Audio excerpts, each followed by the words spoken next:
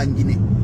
On doit arrêter les camions peuls en Guinée. L'État doit refuser aujourd'hui de donner des papiers administratifs aux peuls. Ils vont commencer à dire que oui, on est en train de refuser de donner des documents à la communauté Peul. On est en train de refuser de donner des passeports à la communauté Peul. Alors l'État va avoir raison sur la communauté Peul. Je crois que l'État aussi doit prendre aujourd'hui des dispositifs contre la communauté Peul. Et ça va pousser la communauté Peul à réagir. À réagir. Ils vont prendre des dispositifs, ils doivent... Ce gars-là, il s'appelle Fodé Moussa Mara. Et il est surnommé El Sisi, comme le gars de l'Égypte là. Maintenant, le nom Mara là, bon, après, à la base, moi je calcule pas trop, mais je suis tombé sur une vidéo de l'haïtien là, qui s'appelle Troufouli là, et qui fait beaucoup de recherches. Maintenant, il se trouve que, en fait, il y avait un certain Mara à la Révolution française, un certain Mara qui était un journaliste qui faisait les propagandes et qui avait poussé dans les médias, quoi, voilà, pousser la haine contre le roi de France, Louis XVI, jusqu'à ce que ce roi-là soit décapité. Donc, propagandiste qui insulte la haine contre le roi. Le gars là, le nom Mara là, on dit qu'en Europe ici, quoi, en France ici, dit qu'il est d'origine juive et puis espagnole. Bon, il y a des origines et puis on dit que voilà. Maintenant, nous, on nous dit ici que le gars il s'appelait Jean-Paul Marat, mais c'était prononcé Marat. Maintenant, voilà, il attaque le roi et le modéré dans son journal. C'est un journaliste, quoi. Donc, voilà. Et puis, voilà. Il est vu comme un martyr aussi, comme un gars qui est là pour la liberté, et puis comme un martyr. Le gars, là, il est vu exactement pareil.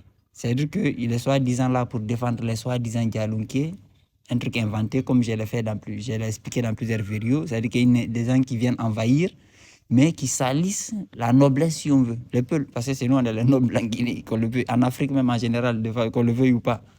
Donc, il nous salit, et puis, il appelle à ce que, voilà, on nous dénie tous les droits humains fondamentaux, comme il a dit dans la vidéo là. Eh bien, le Marat historique de France, des révolutions françaises, c'est exactement ce qu'il a fait. C'est qu'il a sali le roi et la famille royale et le noble en général, quoi, soi-disant pour défendre la liberté des gens.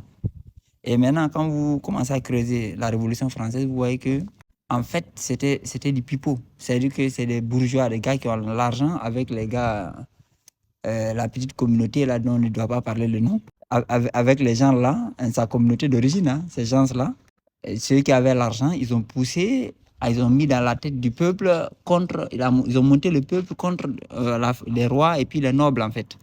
Maintenant, une fois que la bagarre a commencé, personne ne savait plus qui était qui. Ils en ont profité pour découper la tête du roi. Vous voyez, non?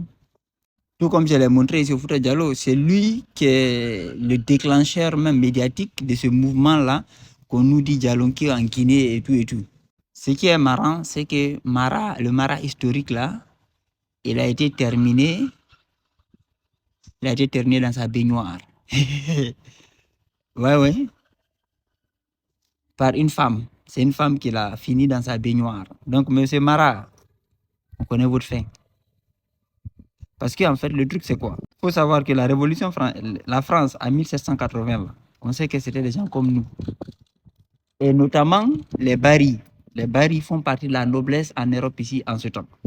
Et c'est pour cela que même, bon, je vais mettre la vidéo du gars qui s'appelle Troufouli, là. Vous allez voir. En fait, les gens, les ancêtres de Beyoncé, Jay-Z et autres, là, la plupart, c'est les gens qu'on appelle les Acadiens, les gens qui avaient fui l'Europe. Mais parmi eux, il y avait beaucoup de Barry. C'est pour ça que vous voyez aux États-Unis les Barry White, les Berry, les Barry, il y en a beaucoup là-bas. C'est un nom très prisé là-bas aussi, en fait. Voilà. Et beaucoup d'autres noms, voilà, sont relatifs à nous. Mais surtout en France, c'était dirigé par surtout la noblesse, c'était les Barry. C'est Madame du Barry qui était la dernière favorite des rois français. Et donc, ces gens-là étaient contre cette noblesse-là. Qu'est-ce que je veux faire comprendre? C'est pour ça que j'ai dit en Afrique, là, l'hostilité que les Noirs, là, ils ont contre nous, là, ça n'a pas démarré en Afrique, parce qu'ils n'ont pas d'histoire en Afrique, en fait. Bon, en tout cas, ceux qui savent dans quoi on baigne, ils pourront un peu mieux comprendre. Mais c'est intéressant, cette correspondance de nom Mara, il nous persécute, et puis il a le même rôle à peu près. C'est que, bon, ici, il n'est pas journaliste déclaré, hein, mais il fait la propagande médiatique. Et c'est pour ça que même on a voulu le foutre en prison. Mais bon, voilà, on le relâche toujours. Il fait des discours totalement anti-loi. Mais voilà, il circule. Et il pousse les gens contre une communauté précise en leur donnant tous les droits. L'essentiel, c'est qu'on connaît la fin. Comment le game va se terminer. On connaît comment le game va finir. Cette vidéo est le 26e épisode. Dans cette vidéo, je vais vous révéler ce que signifie Saint-Domingue et pourquoi Saint-Domingue a été créé. Saint-Domingue se trouve sur l'île d'Haïti et sa création frauduleuse a été faite dans un but bien précis. Tout d'abord, il faut savoir que Saint-Domingue n'est pas un pays, mais une corporation étatique, un non-profit corporation, mis en place par l'Empire ottoman qui officiait pour se dissimuler sous le nom de l'Empire d'Espagne. Le nom Saint-Domingue vient du nom Saint-Dominique. Question, qui est Saint-Dominique? Et pourquoi les Espagnols, c'est-à-dire les Maures, ont-ils appelé cette partie de l'île Saint-Dominique ou Saint-Domingue? Saint-Dominique est celui qui a fondé l'ordre des prêcheurs, qu'on appelle également l'ordre des dominicains.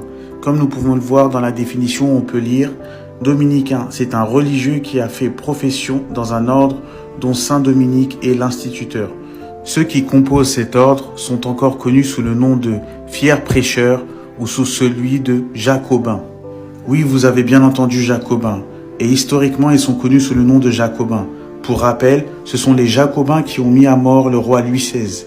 Ils ont joué un rôle direct dans la condamnation et l'exécution de Louis XVI pendant la soi-disant Révolution française, dont les chefs de file des jacobins les plus connus sont Robespierre, Danton et Marat.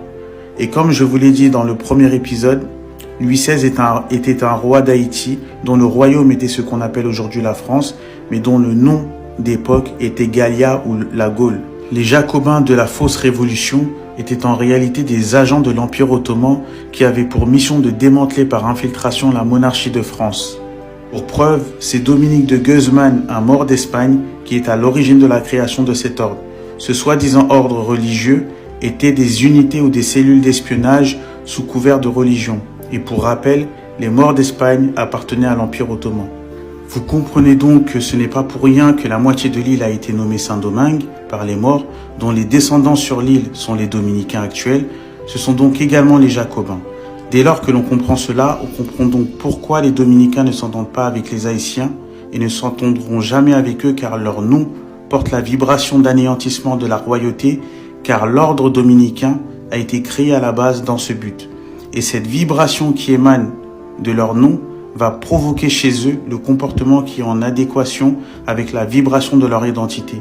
Et comme je l'ai dit, Haïti est la terre des rois. C'est pourquoi les Maures, c'est-à-dire les Ottomans, les ont placés sur l'île dans le but d'annexer l'île entière et d'hybridiser par le mélange les Hébreux qui sont encore sur l'île et qui ont encore gardé leur lignée intacte. Cette vidéo touche à sa fin et sachez que nul ne peut combattre la vérité.